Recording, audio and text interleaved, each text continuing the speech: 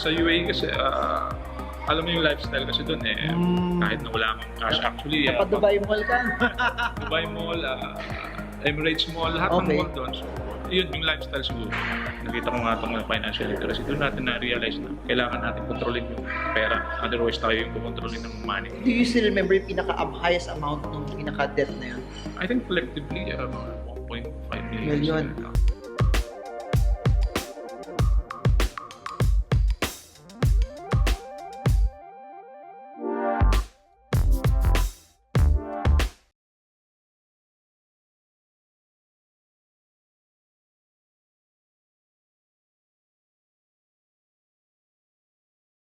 We're here with Edgar, mechanical engineer. How long have you been here? For almost 5 years. 5 years na.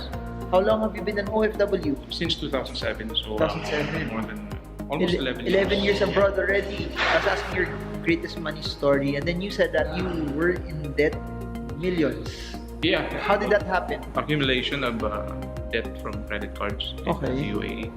So, yun. Pero anong pinambili mo sa credit cards naman? Sa UAE kasi, alam mo yung lifestyle kasi doon kahit na wala kang cash actually. Dubai Mall ka?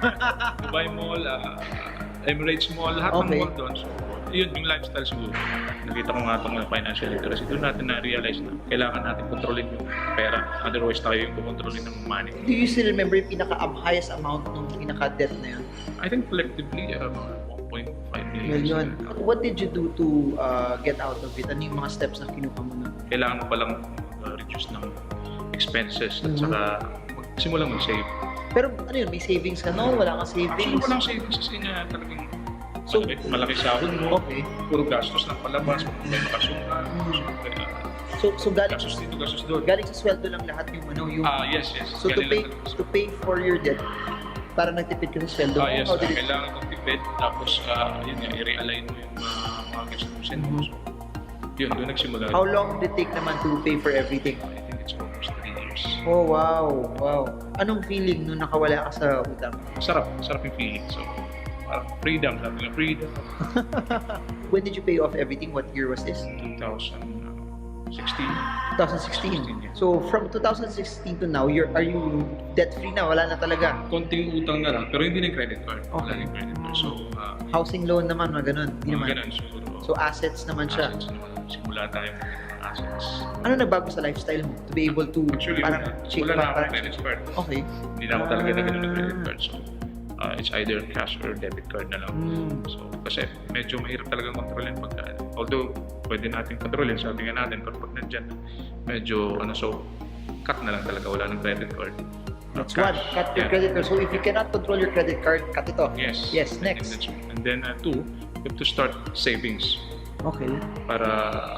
And then yun na pag-aaralan natin na kailangan natin mag-start mag-invest for the future, start mag-compute para sa ating Pero retirement. How did you do it? Parang nagtipid kayo sa kain sa labas, hindi na kayo masyadong kumakain. How did you parang twist I'll give you an example. finances? So dati, kung halimbawa mahilig kami mag-Starbucks, which is, yun naman ginagawa namin dati, Starbucks coffee. So ang ginawa ko is, there's this coffee press.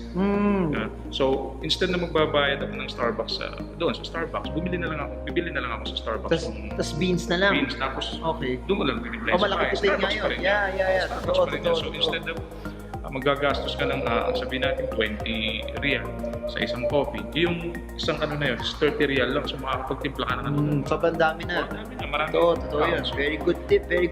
Lalo na ngayon sa Pilipinas, coffee is a very prevalent. Kaya ako mahilig din ako sa coffee. So, coffee talaga Pero here's the thing, guys, hindi naman masama mag-coffee, pero kung hindi na kayo nakakapag-save dahil sa coffee, ayun, I think that's where the problem will lie naman.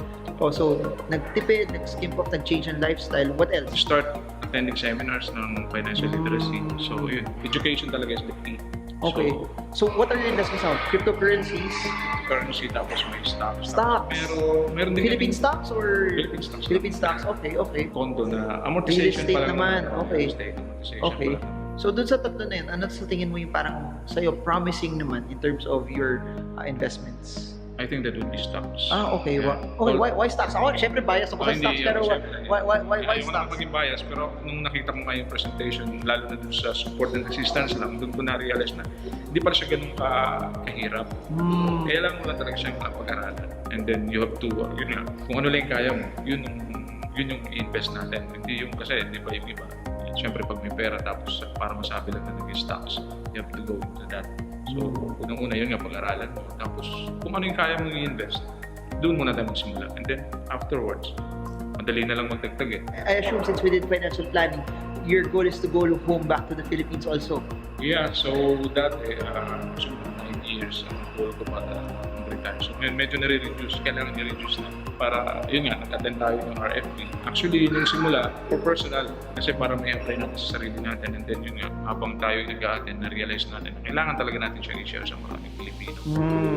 Para, sabi nga, bakit hindi mga Pilipino nag-invest sa stock market na pupunta lang tuloy sa mga foreigner. Ano sa'yo ang retirement? Ano yung definition mo? Pag uwi mo sa Pilipinas, anong gagawin pag nag-retire? Na-expose ka sa abroad, nalalayo sa family. So, mas maganda talaga, pag sinabi mong retirement talaga is financial and time freedom. So, ibig sabihin, although may business ka, hindi pwede kang gumising ng 10 o'clock.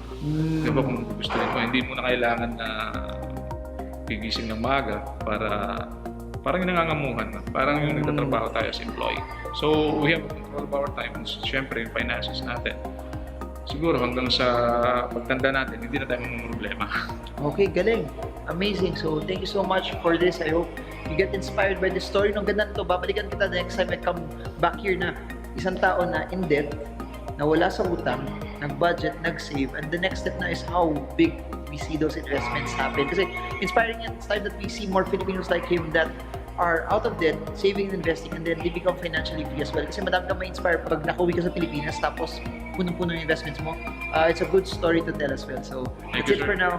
Hope this video helps you trade well, trade strong, trade smart. Bye everyone. Bye.